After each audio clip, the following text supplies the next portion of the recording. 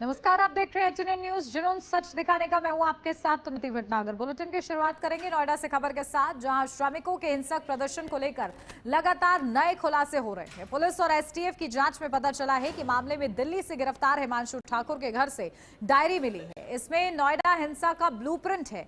इसके अलावा कई राज्यों में होने वाले आंदोलनों का भी जिक्र है। एसटीएफ अधिकारियों का कहना है इस डायरी से कई अहम जानकारी मिली है। एसटीएफ ने तमिलनाडु से मास्टरमाइंड आनंद को गिरफ्तार किया था। उससे पूछताछ के बाद 19 अप्रैल को सहयोगी हिमांशु को गिरफ्तार किया था। हिमांशु मूल रूप से उधम सिंह नगर का है और मजदूर बिगुल दस्ता के लिए काम करता है। हिमांशु के शालीमार गार्डन स्थित घर से डायरी मिली, जिसमें नोएडा हिंसा का ब्लूप्रिंट था। जांच में पता चला है कि हिमांशु और उसके साथी दिल्ली विश्वविद्यालय से लेकर अन्य विश्वविद्यालयों में छात्रों का ब्रेन वॉश करते थे और उन्हें आंदोलन में शामिल होने के लिए प्रेरित करते थे। इस तरह से इन लोगों ने कई छात्रों को नोएडा और अन्य शहरों में हुए श्रमिक आंदोलनों में भी जोड़ा है।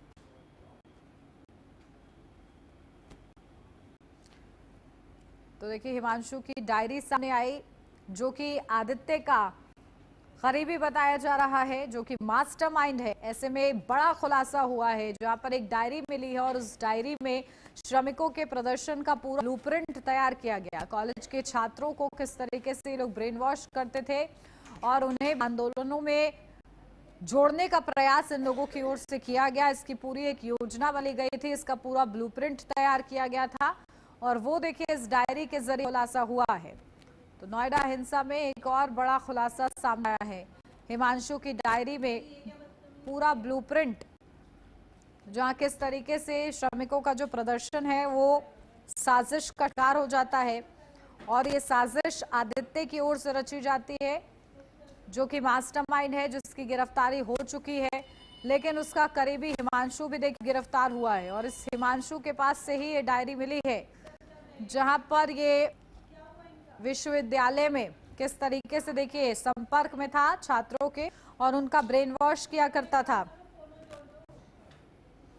और ऐसे में आंदोलनों में भी भेजा कई छात्रों को, क्योंकि हमने देखा कि शांतिपूर्ण ढंग से श्रमिकों का प्रदर्शन था, लेकिन वो प्रदर्शन अचानक उग्र हो जाता है।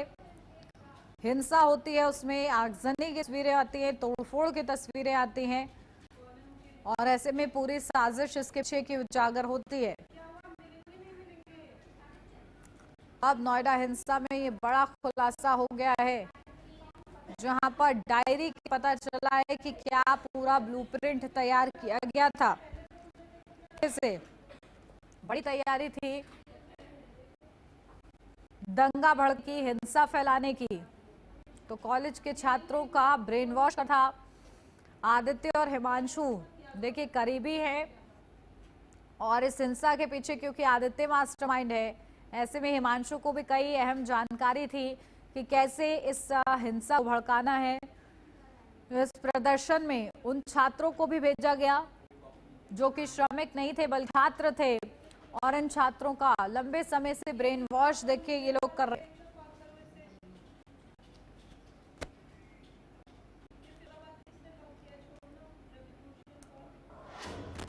करेंगे बड़ी खबर का। नोएडा में संविदा कर्मचारियों को बड़ी सौगात। नोएडा प्राधिकरण ने संविदा कर्मियों को सौगात दी है। 4,800 श्रम कर्मियों को मेडिकल इंश्योरेंस का तोहफा। हर कर्मी को मिलेगा 5 लाख का मेडिकल इंश्योरेंस। तो बोर्ड में प्रस्ताव पास, पॉलिसी लागू की गई है। एसबीआई जनरल इंश्योरेंस से नोएडा प्राधिकरण का करार। तो देखिए, नोएडा में संविदा कर्मचारियों को बड़ी सौगात। नोएडा प्राधिकरण ने संविदा कर्मियों को सौगात दी है। 4,800 श्रम कर्मियों को मेडिकल इंश्योरेंस का तोहफा। हर कर्मी को 5 लाख का मेडिकल इंश्योरेंस। तो बोर्ड में प्रस्ताव पास हो गया है, पॉलिसी लागू की गई है। तो संविदा कर्मचारियों को ये बड़ी सौगात, नोएडा प्राधिकरण ने ये बड़ी सौगात दी है। हर कर्मी को 5 लाख का मेडिकल इंश्योरेंस मिलेगा। तो बोर्ड में प्रस्ताव पास हो गया है और पॉलिसी लागू की गई है। एसबीआई जनरल इंश्योरेंस से नोएडा प्राधिकरण का करार हुआ है। तो संविदा कर्मचारी खुश हैं देखिए इस बात से कि किस तरीके से उनके लिए सौगात है कि मेडिकल इंश्योरेंस का तोहफा इन श्रम कर्मियों को मिल रहा है। करीब 4,800 श्रम कर्मियों को तोहफा। तो बोर्ड में प्रस्ताव पास हो गया है और पॉलिसी भी लागू की गई है। तो एसबीआई जनरल इंश्योरेंस से नोएडा प्राधिकरण का करार हुआ है।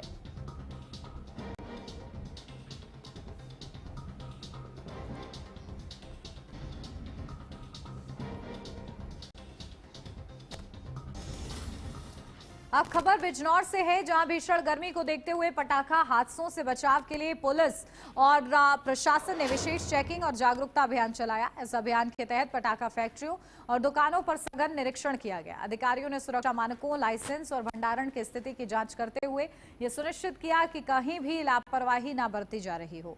चेकिंग के दौरान पुलिस ने दुकानदारों और फैक्ट्री संचालकों को गर्मी के मौसम में विशेष सतर्कता बरतने के निर्देश दिए। उन्हें बताया गया कि ज्यादा तापमान में ज्वलनशील सामग्री खतरा बढ़ जाता है, इसलिए पटाखों को सुरक्षित और निर्धारित स्थानों पर ही रखा जाए। साथ ही फायर एक्सटिंग्विशर अनिवार्य रूप से रखने और उनकी नियमित जांच करने को कहा गया है। अभियान के दौरान कुछ स्थानों पर कमियां मिलने पर पुलिस ने सख्त चेतावनी दी और सुधार के निर्देश दिए हैं।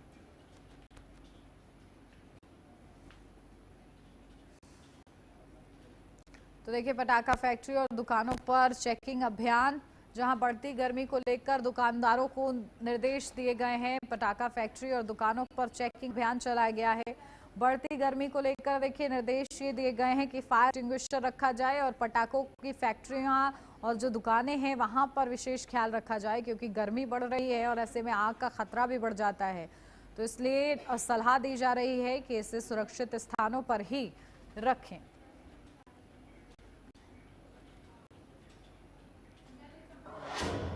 अब बात यूपी के उन्नाव की, जहां प्रशासन ने भूमाफियाओं के खिलाफ बड़ी कार्रवाई करते हुए गैंगस्टर महेश निषाद की 32 लाख रुपए से ज्यादा की संपत्ति कुर्क कर दी है। ये कार्रवाई गैंगस्टर एक्ट के तहत की गई, जिसमें आरोपी अवैध रूप से अर्जित संपत्तियों को जब्त किया गया। जिला प्रशासन और पुलिस की संयुक्त टीम ने मौके पर पहुंचकर जमीन को कब्जे में लिया और वहां कुर्की का बोर्ड भी लगा दिया। अधिकारियों का कहना है कि लंबे समय तक जमीन कब्जाने और उससे आर्थिक लाभ कमाने के मामलों में संलिप्त रहा है।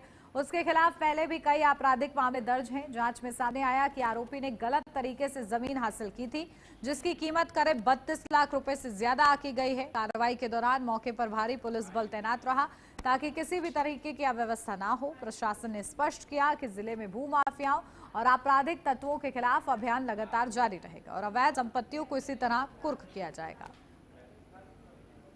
आज दिनांक 23 अप्रैल 2026 को जिलाधिकारी उन्नाव के आदेश के अनुपालन व वरिष्ठ पुलिस उन्नाव के निर्देशन में वार्ड संख्या 3/26 धारा 1 गिरोहबंद अधिनियम के तहत कार्रवाई करते हुए राजस्व एवं थाना पुलिस टीम द्वारा गैंगस्टर महेश निषाद पुत्र कुमार निषाद निवासी गंगाघाट जनपद उन्नाव के विरुद्ध कार्रवाई करते हुए उक्त अपराधी की क्रियाकल्पों से अर्जित की गई चल व अचल संपत्ति, जिसमें 32,17,560 रुपए के करीब है, किया गया है। अगली खबर में अब बात यूपी के बिजनौर की, जहां इंटर परीक्षा में फेल हुए युवक ने आत्महत्या की कोशिश की है। बताया जा रहा है कि रिजल्ट आने के बाद से ही युवक मानसिक तनाव में था और पुल से रेलवे ट्रैक पर कूद गया। पुलिस ने युवक को घायल अवस्था में अस्पताल में भर्ती कराया, जहां उसकी हालत नाजुक बनी हुई है। परिवार के लोगों का कहना है कि युवक पढ़ाई को लेकर काफी चिंतित रहता था और रिजल्ट को लेकर दबाव में था। फेल होने के बाद वो बेहद निराश हो गया, जिस चलते उसने ये खतरनाक कदम उठा लिया।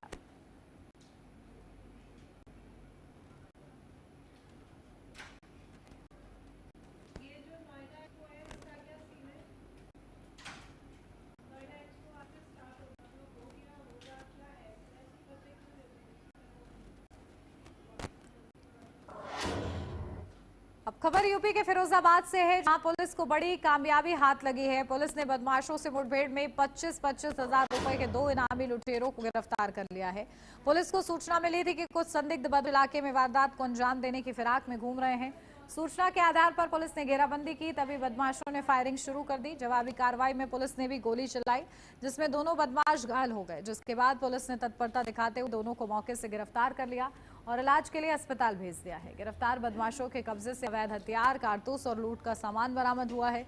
पुलिस के मुताबिक दोनों आरोपी कई आपराधिक मामलों में वांछित थे और लंबे समय से फरार चल रहे थे। इस कार्रवाई को लेकर पुलिस अधिकारियों ने टीम की सराहना की है और कहा है कि जिले में अपराध पर लगाम लगाने के लिए ऐसे अभियान आगे भी जारी रहेंगे। फिलहाल पुलिस आरोपियों से पूछताछ कर रही है और उनके अन्य साथियों की तलाश में जुटी है। थाना से टुंडला में एक छिनैती की घटना हुई थी, जिसमें फाइनेंस कंपनी के 2 व्यक्ति जो पैसा जमा करने बैंक जा रहे थे, बाइक सवार 3 अज्ञात व्यक्तियों ने इनका बैग छीन लिया था और छिनैती घटना को अंजाम दिया था। इसमें उचित धाराओं में अभियोग पंजीकृत करते हुए घटना के अनावरण के लिए कुल 4 टीमों का गठन किया गया था।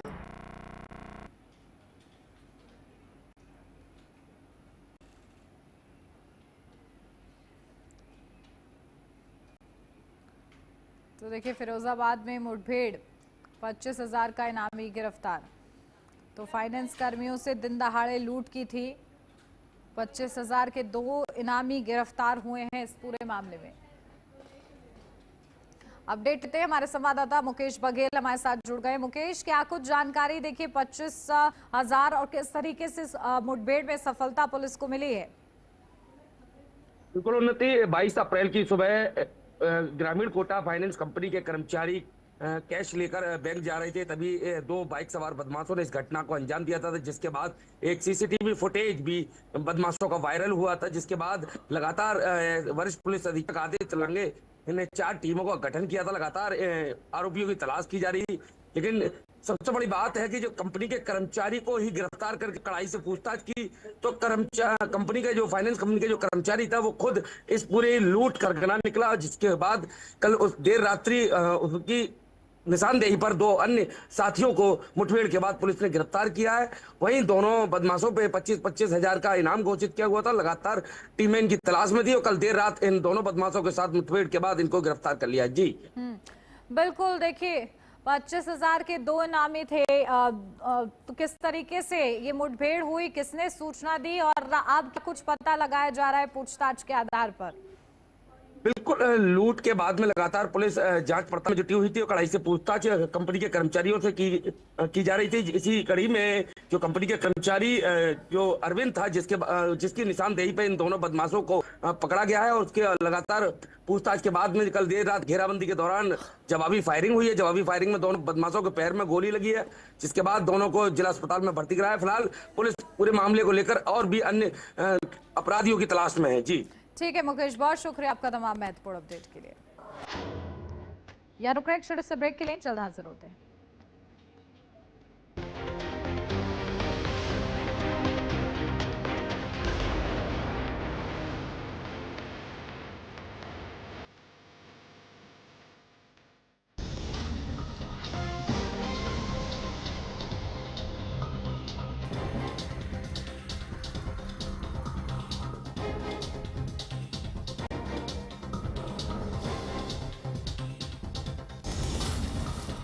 आइसक्रीम खाओगी? जंगल में आइसक्रीम मिलती है।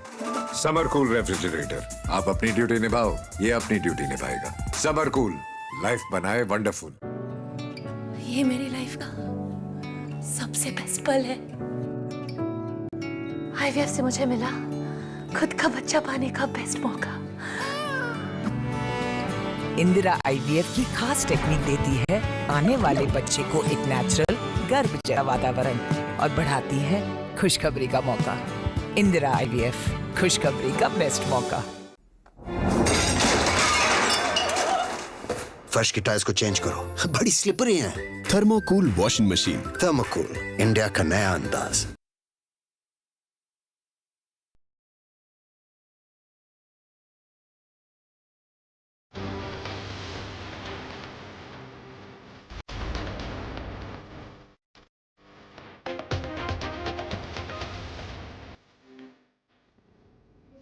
ब्रेक के बाद स्वागत है आपका। बढ़ते हैं आगे। फिरोजाबाद के शिकोहाबाद में उस समय हड़कंप मच गया जब रेलवे स्टेशन रोड के पास अचानक आग लग गई। आग इतनी तेजी से फैली कि सड़क किनारे 3 दुकानों को अपनी चपेट में ले लिया। जिससे दुकानदारों का हजारों रुपए का सामान जलकर राख हो गया। आग लगने का कारण शॉर्ट सर्किट को बताया जा रहा है। चंद मिनटों में ही आग ने विकराल रूप धारण कर लिया और आसपास के लोगों में अफरा तफरी मच गई। स्थानीय लोगों ने तत्काल फायर ब्रिगेड को सूचना दी। सूचना मिलते ही दमकल की गाड़ियां मौके पर पहुंची और कड़ी मशक्कत के बाद आग पर काबू पाया। हालांकि तब तक तीनों दुकानों में रखा सामान पूरी तरीके से जल चुका था।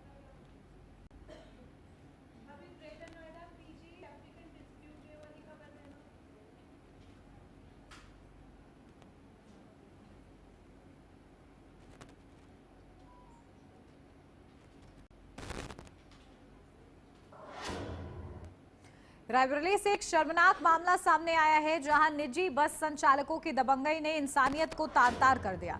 दिल्ली से अमेठी जा रही एक महिला यात्री को सीट बुक होने के बावजूद पूरी रात बस की फर्श पर सफर करने को मजबूर किया गया। पीड़िता का आरोप है कि 2800 रुपए देने के बाद भी उसे उसकी आरक्षित सीट नहीं दी गई और बस में क्षमता से ज्यादा सवारियां भर ली गई। जब महिला ने विरोध किया तो बस चालक और परिचालक ने न सिर्फ अभद्रता की बल्कि रायबरेली पहुंचने से पहले ही उसे बीच रास्ते में उतार भी दिया।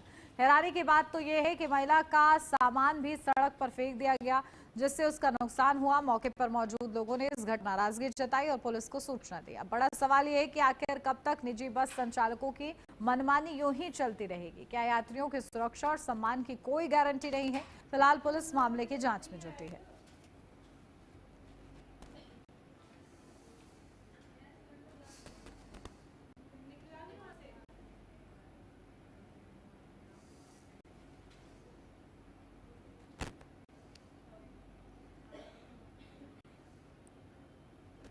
तो देखिए, महिला से अभद्रता का मामला सामने आया है, जहां टिकट के बावजूद भी महिला को सीट नहीं दी गई। तो रायबरेली की बस में महिला के साथ अभद्रता हुई है। इस पूरे मामले की जांच में पुलिस जुटी हुई है। बस संचालकों ने महिला को बीच सड़क उतार दिया। तो अभद्रता का ये पूरा मामला रायबरेली से सामने आया है। बस संचालकों ने टिकट होने के बावजूद भी महिला को बीच सड़क में उतार दिया और देखिए अभद्रता की गई है। इसका ये पूरा वीडियो हम आपको दिखा रहे हैं।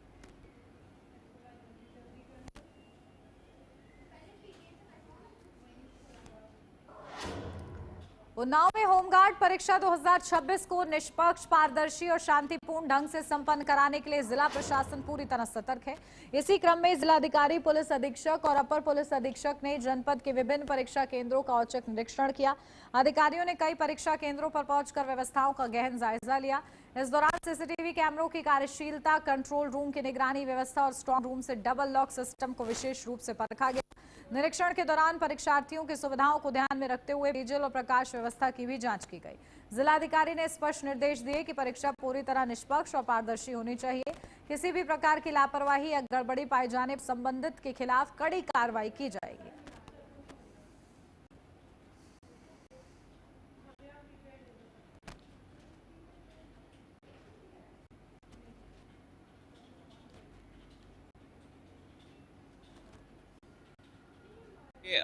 जो हमारा जनपद है उसमें 9 सेंटर्स पे होमगार्ड परीक्षा हो रही है, जिसमें लगभग 14,466 बच्चे जो है आएंगे और इसके लिए पूरे हम लोग ने अच्छी तैयारी की है। सारे जो हमारे सेक्टर मजिस्ट्रेट्स हैं और जो स्टैटिक मजिस्ट्रेट्स हैं सबके साथ बैठक कर ली गई है।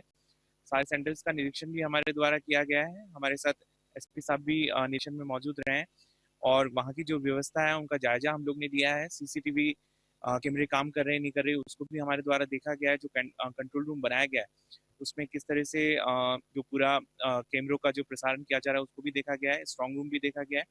साथ ही जो क्लासरूम्स हैं जहाँ पे एग्जाम होना है वहाँ भी हम लोग ने निरीक्षण किया है। साथ ही ये भी सुनिश्चित किया जा रहा है कि जो बच्चे आएंगे उनके पीने की पानी की व्यवस्था हो और जो भी सेंटर्स हैं वहाँ पे पार्किंग और अन्य व्यवस्था है वो अच्छी व्यवस्था की जाए।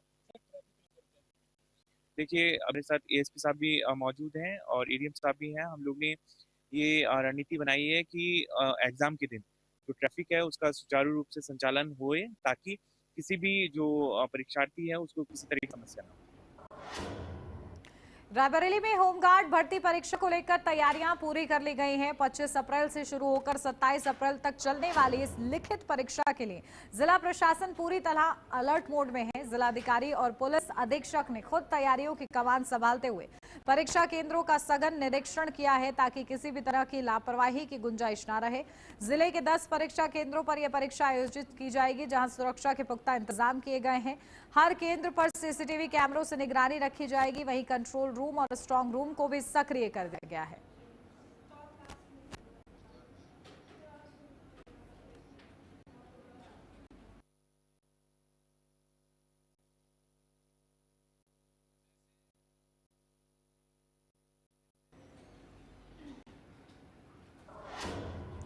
और चलिए बीच आपको सीधा लिए चलते हैं लखनऊ। सीएम योगी आदित्यनाथ राष्ट्रीय कृषि सम्मेलन से क्या कुछ कह रहे हैं, आपको सुनवाते हैं। मंत्रीगण श्री रामनाथ ठाकुर जी का, श्री भागीरथ चौधरी जी का,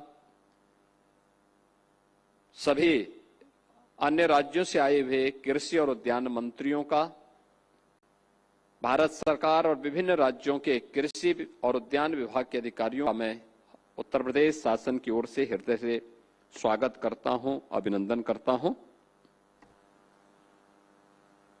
वास्तव में यह एक व्यवहारिक दृष्टिकोण है।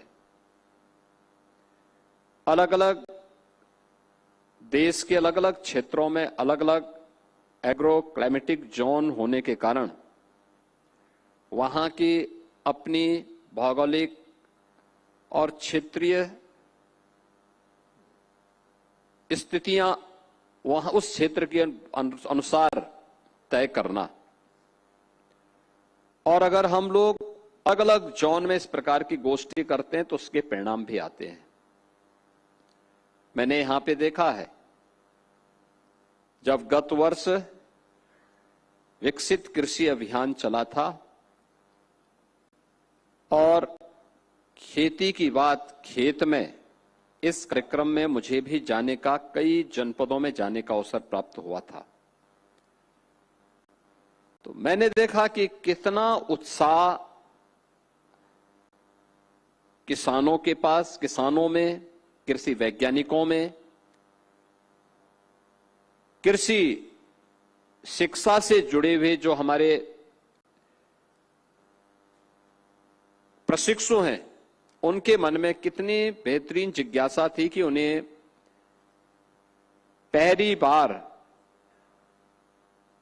अपने इनोवेशन को व्यवहारिक धरातल पर उतारने के लिए एक बेहतरीन अवसर प्राप्त हुआ है।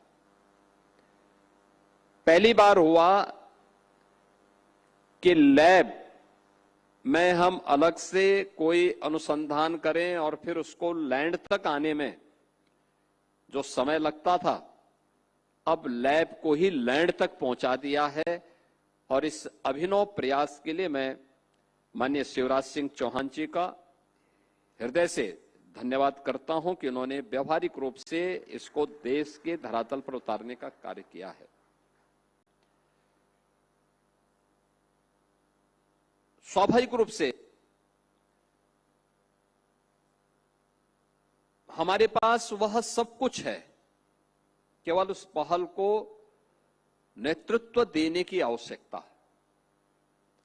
और नेतृत्व देने के लिए मुझे लगता है कि ये एक पहल जब भारत सरकार के स्तर पर होती है तो राज्य उसको स्वयं फॉलो करते हुए दिखाई देते हैं।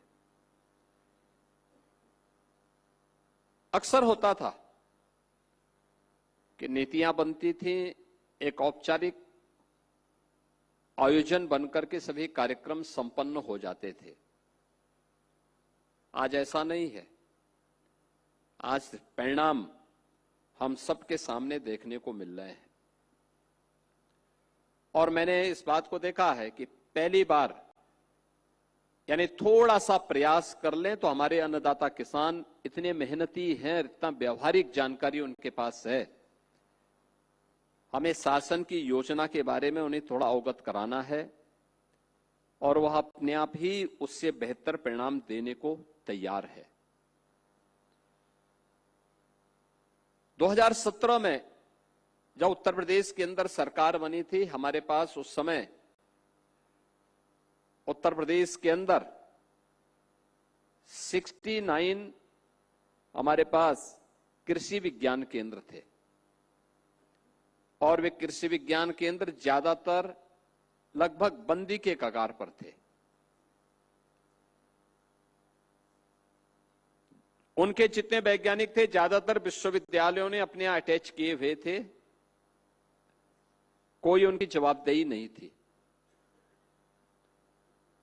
मुझे कृषि विभाग के पहले सम्मेलन में, उस समय भी श्री सूर्य प्रताप शाही जी हमारे कृषि मंत्री थे, और उस समय मुझे इन्होंने सबसे पहले कृषि विज्ञान केंद्र के ही सम्मेलन में इन्होंने मुझे बुलवाया। मेरा अनुभव कृषि विज्ञान केंद्र के साथ बहुत अच्छा नहीं था उस समय तक। तो मैंने इनको बोला, मैंने कहा मुझे कहां बुलवा लिए? उन्होंने कहा इस प्रकार का कार्यक्रम है, भारत सरकार 20 नए कृषि विज्ञान केंद्र देना चाहती है, और हम अगर उसको ले लेंगे तो सभी जनपदों में, बड़े जनपदों में 2 और छोटे जनपदों में 1-1 कृषि विज्ञान केंद्र हमारा हर जनपद में हो जाएगा। तो कृषि से जुड़े अहम मुद्दों पर चर्चा करते हुए सीएम योगी आदित्यनाथ को आपने सुना, और इसी के साथ इस बुलेटिन में बस इतना ही। खबरों का सिलसिला आगे भी जारी रहेगा। आप देखते रहिए एचएनएन न्यूज़, जुनून सच दिखाने का।